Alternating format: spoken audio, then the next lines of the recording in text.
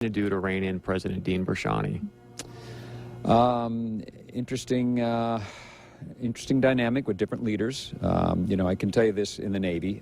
I was a ship captain, and I also was basically a squadron commander. We took 5 ships across the ocean, and each ship captain had to be responsible for the welfare of their crew, the integrity of their systems, hiring, firing, but at the same time they had to work within the system. You couldn't leave a sector uncovered. And I haven't been out yet to see the campus and hear from people, but there are some people that do see him as a very independent thinker, independent actor.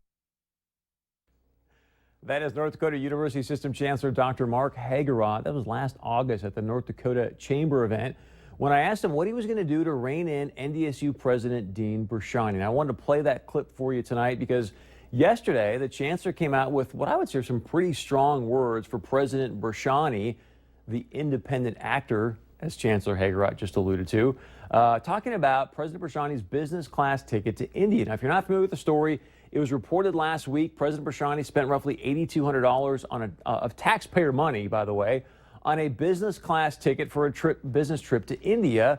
Yesterday, Chancellor Hagerott said, and I quote, "It's an embarrassment that the president of NDSU flew business class to India this month."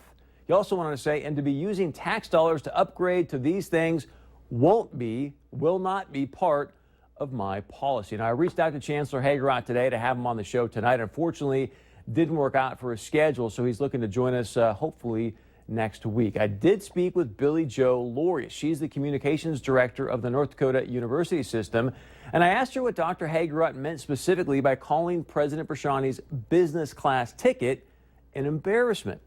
She said Dr. Hagerott was saying it was really based on his own vantage point from being in the military and traveling with, hear this, 4-star generals that would also fly coach. He's saying, look, you would not ask your people to go out and do something that you, too, are not willing to do. Dr. Hagerott also says, look, I realize the North Dakota University System, it's not the military. I get that. And then when he found out that the other university presidents typically fly coach, well, he felt like it was an embarrassment with what President Bresciani did. Dr. Hagerott was also quoted as saying, "We are public servants and we will travel with the public, in coach." Billy Jo also did go on to say that President Bresciani did not break any specific travel policy within the university system. In fact, Billy Jo emailed me this information I'm going to share with you earlier today for some clarity on the board's policy. And it says this. It says a review of the board policy indicates that there is no specific policy in airline fares, but references, quote unquote, reasonable costs for travel arrangements. Goes on to say the expense must be reasonable, moderate, and withstand the test of public scrutiny. When feasible, documentation demonstrating reasonableness should be submitted. I think the obvious question for that is, do you feel sitting at home that $8,200 on a ticket to India is reasonable, moderate, and withstands the test of public scrutiny? I'm going to go out on a limb here, but my guess is most of us at home are probably saying no to that question I just asked you. Now, I also want to share with you an interesting bit about NDSU's commercial airline travel policy, and it states the following. Reimbursement to an employee or tickets directly billed to a department will be allowed for the actual cost of tourist or coach fare purchased at the lowest reasonable rate available, except when approved by the president or president's designee. Now, approvals must be filed in the president's office. First class or business class tickets should normally be through a frequent flyer upgrade, or the employee should use frequent flyer miles earned via state travel. So let me get this straight here. People should be traveling at the lowest reasonable rate unless, of course, a different rate is approved by the president or the president's designee. I mean, that seems pretty convenient to me to be, hey, I'm the president. Yeah, I want to fly, business class for $8,200. I'll sign off on that. I also reached out to President Bresciani today to have him on the show. Obviously, we want to get his side of this story. He just got back from his India trip on Tuesday, as a matter of fact. And Sadie Rudolph, she's the media relations coordinator for President Bresciani's office, sent me this email earlier today. Said, good morning, Chris. Thank you for your voicemail requesting to interview President Bresciani. However, it wouldn't be appropriate for President Bresciani to comment. President Bresciani fully respects the authority and directives of the chancellor.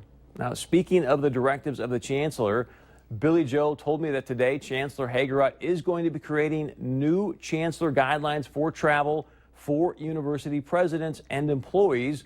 Also, the chancellor, he's not going to require President Bresciani to pay the difference of the roughly $7,000 between a coach fare and a business class ticket.